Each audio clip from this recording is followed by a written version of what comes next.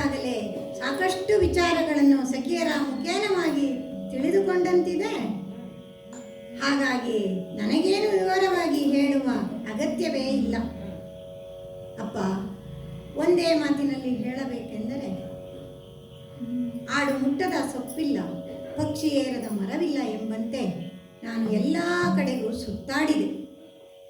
ಸುತ್ತಾಡಿದರೂ ಏನೂ ಪ್ರಯೋಜನವಾಗಲಿಲ್ಲ. ಹಾಗಂತ ಛಲವನ್ನು ಬಿಡದಾದೆ ಈಜಬೇಕು, ಇತ್ತು ಜಯಿಸಬೇಕೆಂಬ ಛಲದೊಂದಿಗೆ ಮುಂದೆ ಹೋಗುತ್ತಿರುವ ಕಾಲಕ್ಕೆ ಒಂದು ಆಶ್ರಮವನ್ನು ಕಂಡೆ. ಯಾರ ಆಶ್ರಮ ಗೊತ್ತೇ ಅಪ್ಪ? ಗೌತಮಾಶ್ರಮ.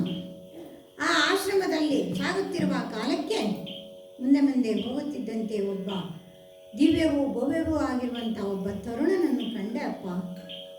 ಎಷ್ಟು ಸುಂದರವಾಗಿದ್ದಾನೆ ಗೊತ್ತಾ? ಮೊದಲ ನೋಟದಲ್ಲಿಯೇ ನಾನು ಅವನ ಮನಸ್ಸೆಳೆದು ಬಿಟ್ಟೆ. ಯಾಕೆಂದರೆ ಅವನು ಅಷ್ಟು ಅಂದ ಚಂದವನ್ನು ಹೊಂದಿದ್ದ. ಬರೀ ಚಂದಕ್ಕೆ ಮರಳಾಗಲಿಲ್ಲ ಅಪ್ಪ ನಾನು. ಅವನ ನಡೆ, ನುಡಿ, ಚಲನ ವಲನಗಳನ್ನು ಗಮನಿಸಿದೆ.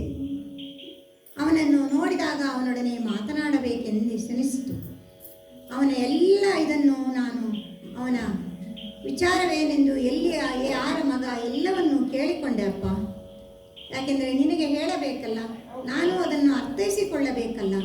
ಹಾಗಾಗಿ ಸಾಲ್ವ ದೇಶದ ಧಿಮಸ್ಸೇನ ದಂಪತಿಗಳಿಗೆ ಮಗನಂತೆ, ಸತ್ಯವಾನ ಎಂಬುದು ಅವನ ವಿಧಾನವಂತೆ, ಅರಣ್ಯವಾಸಿಯಂತೆ, ಮುಪ್ಪಿನ ತಂದೆ ತಾಯಿಗಳು ಅರಣ್ಯದಲ್ಲಿ ಇದ್ದಾರಂತೆ, ಗೌತಮ ಋಷಿಗಳ ಒಂದಿಗೆ ಅವನು ಸಂಸ್ಕಾರವನ್ನು ಕಲಿತವನಂತೆ.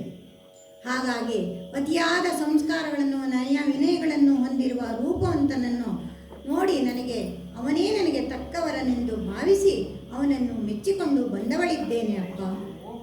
ಅಷ್ಟೇ ಅಲ್ಲ, ನಾನು ಮನಸ್ಸನ್ನು ಕೊಟ್ಟು ಬಂದದ್ದಾಗಿದೆ.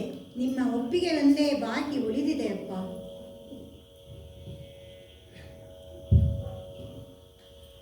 ಮಗಳೇ, ಅಪ್ಪ, ಆಯ್ಕೆಯ ಸ್ವತಂತ್ರವನ್ನು ನಿನಗೆ ಕೊಟ್ಟ ಮೇಲೆ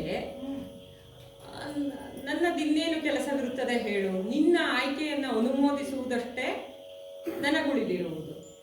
ಆದರೂ ಜೀವನದಲ್ಲಿ ಜೀವನ ಹಾಗೂ ಬದುಕಿನ ಬಗೆಗೆ ಉತ್ಕೃಷ್ಟವಾದ ಆಲೋಚನೆಗಳು ಹೊಂದಿದವರಿಗೆ ಮಾತ್ರ ಸತ್ಯವಾನನಂತವನನ್ನು ಆಯ್ಕೆ ಮಾಡಿಕೊಳ್ಳಲು ಸಾಧ್ಯ. ಕಾಡು, ಋಷಿ ಸಂಸ್ಕೃತಿ ಇವುಗಳೆಲ್ಲ ಸಾಮಾನ್ಯರ ಆಯ್ಕೆಯಾಗಲು ಸಾಧ್ಯವಿಲ್ಲ ಅಲ್ಲವೇ? ಆದರೂ ಹೇಳುತ್ತೇನೆ ಕೇಳು. ಕಾಡು ನಾಡಿನ ಮೂಲ, ಋಷಿ ಸಂಸ್ಕೃತಿ ನಮ್ಮ ನಾಗರಿಕತೆಗಿಂತ ಎಷ್ಟೋ ಪಟ್ಟು ಶ್ರೇಷ್ಠವಾದದ್ದು. ಬಡತನ, ಸಿರಿತನ ಶಾಶ್ವತವಲ್ಲದ ಸಂಗತಿಗಳು. ಒಟ್ಟಿನಲ್ಲಿ ನಿನ್ನ ಆಯ್ಕೆಯನ್ನು ನಾನು ಮೆಚ್ಚಿಕೊಂಡಿದ್ದೇನೆ ಮಗಳೇ. ಸಂತೋಷವಾಯಿತು ಅಪ್ಪ. ನಾರದರೆ, ಅರಸ, ವಿಳಂಬವಾದರೂ ನನ್ನ ಮಗಳಿಗೆ ಯೋಗ್ಯನಾದ ವರನೇ ಸಿಕ್ಕನಲ್ಲವೇ? ಹೌದು, ಅದ್ಭುತ ಅದ್ಭುತ. ಬಾಲೆ ಅದ್ಭುತ ನುಡಿಯ ನಾಡುವಳು